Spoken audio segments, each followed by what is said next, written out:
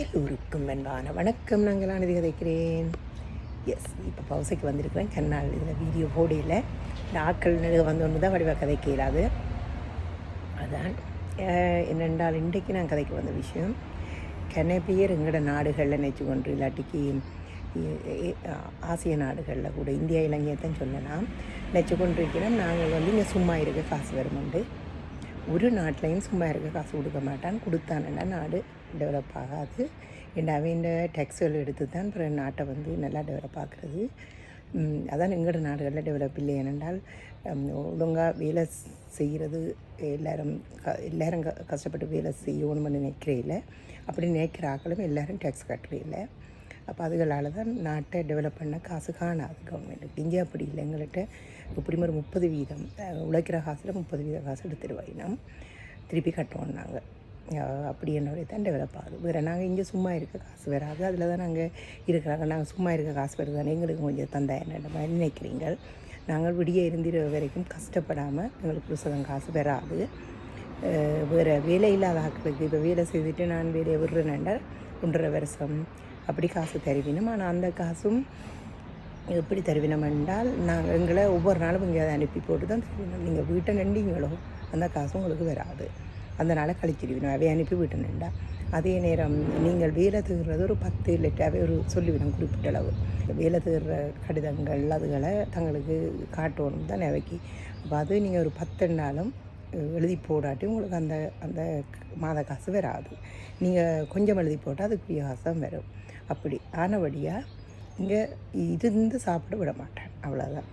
அப்படி சில நேரம் இந்த அரசாங்க உதவியில் இருக்கிறார்கள் அவையும் கரைச்சப்படுத்திக்கொண்டு தான் இருப்பான். ஆனால் அவைக்கு சுதந்திரம் இல்லை. ஒரு காரை வாங்கி வச்சிருக்கல, அது ஒரு எங்கேன்னு போகலாது, விடுமுறைண்டு போனால் பிறகு அந்த காசை கழிச்சு போங்க. நான் அவையாக கொடுக்க கேட்டுட்டு போகலாம்.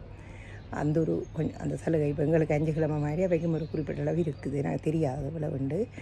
என்ன இது வரைக்கும் நாங்கள் இருக்காதபடியே எனக்கு தெரியாது. ஆனால் அப்படி இருந்தாலும் அவைக்கு ஒரு குறிப்பிட்ட காலம் கொடுப்பேன். அதுக்கு ஓகே. அதுவும் எதுவும் கழிக்கணுமோ என்னென்னு தெரியாது எனக்கு. இல்லை அப்படி யாராவது வேலை செய்கிறாக்கள் தச்சனமாக காசு காணாண்டு அவங்கள்ட்ட போனால் பிறகு இப்போ நீங்கள் குறைஞ்ச வீத வேலை செய்கிறீங்கன்னு அவ சொல்லுவீங்கன்னா கட்டாயம் போகணுன்னு தான் சொல்லுவேன். நீங்கள் சமாளிக்கிறேன்னாலும் அவன் சொல்லுவேன் இல்லை கட்டாயம் போகணுமென்னு அனுப்புவீங்க நம்ம அரசாங்க உதவிக்கு. அப்படி தச்சேலமா நீங்கள் அரசாங்க உதவிக்கு போயிட்டு திருப்பி வேலை நீங்கள் 100% கூட செய்கிறீங்கன்னா இப்போ நீங்கள் 5000 சுவிஸ் ஃப்ராங்க் எடுத்த நீங்களோ என்னவோ அதை திருப்பி ஃபுல்லாக கட்ட வேணும். அது முக்கியம். ஆனால் இப்போ அவை எங்களுக்கு தராட்டி எங்களுக்கு லாபம் என்னென்னா எங்களுக்கு எங்களோட ஹெல்த் இன்சூரன்ஸ் எங்களுக்கு அவங்களே குறைவாகத்தான் எடுப்பாங்க எங்களுக்கு. ஆனால் இப்போ இவே காசு தந்திரமாண்டா இவே அந்த ஹெல்த் இன்சூரன்ஸுமே அவையே கட்டிவினோம். கட்டி போட்டு என்ன அந்த திருப்பி எடுக்கிற காசுகளை எடுத்துடுவினோம். ஆனால் இதையே வெதராக விட்டால் அந்த ஹெல்த் இன்சூரன்ஸ் திருப்பி எடுக்க மாட்டினோம். ஏன்னா அந்த வேலை குறையக்கு எங்களுக்கு குறைச்சி நாங்கள் கட்ட வேணும். வேலை கூடைக்குள்ளே எங்களை உள்ள மாதிரியே கட்டணும். திருப்பி கட்ட வேண்டிய அவசரம் இல்லை. ஆனால் இப்போ நாங்கள் அரசாங்க உதவியை கேட்டால் அது கட்டாயம் திருப்பி கட்ட வேண்டி வரும். ஆனபடியால் அது சிரமம். நீங்கள் ஒன்றில் தொடர்ந்து வேலை செய்து கொண்டிருக்கணும். இல்லைன்னா தொடர்ந்து வேலை செய்யாமல் இருந்தால் கரைச்சப்படுத்தாமல் சில நேரம் அதை திருப்பி கட்ட வேண்டிய அவசரம் இல்லை. கொஞ்சம் காசு கொடுத்துருப்பேன். கொஞ்சம் ஒரு லிமிட், சரியான லிமிட்டாக கொடுத்துருப்பான். வீடுகள் வாங்கலாம், வேறு வாகனங்கள் ஓடுறது, அப்படி எங்களுக்கு முக்கியமான ஆசைகளை நிறைவேற்ற எல்லாமே இருக்கும். மற்றபடி சும்மா துப்புரவு ஒரு நாட்டில் எங்கள் காசு தர மாட்டேன். இந்த நாட்டில் சும்மா இருக்க காசு கொடுக்கணும். அந்த நாடை நீங்கள் பார்த்தீங்கன்னா டெவலப் இல்லாமல் இருக்கும். அப்படி ஒரு நாடும் கொடுக்காது. அதை முக்கியமாக நீங்கள் எல்லோரும் விளங்கிக்கொள்ளணும். இது முழு வெளிநாட்டு ஆக்களுக்கு வேண்டி தான் இதை நான் சொல்கிறேன் முக்கியமாக. ஓகே, எல்லோருக்குமே இன்று வெள்ளிக்கிழமை மிக மிக மிகச்சிறந்த பொழுதாக அமைந்திருக்கிறது. மிக்க மிக்க நன்றி. வணக்கம்.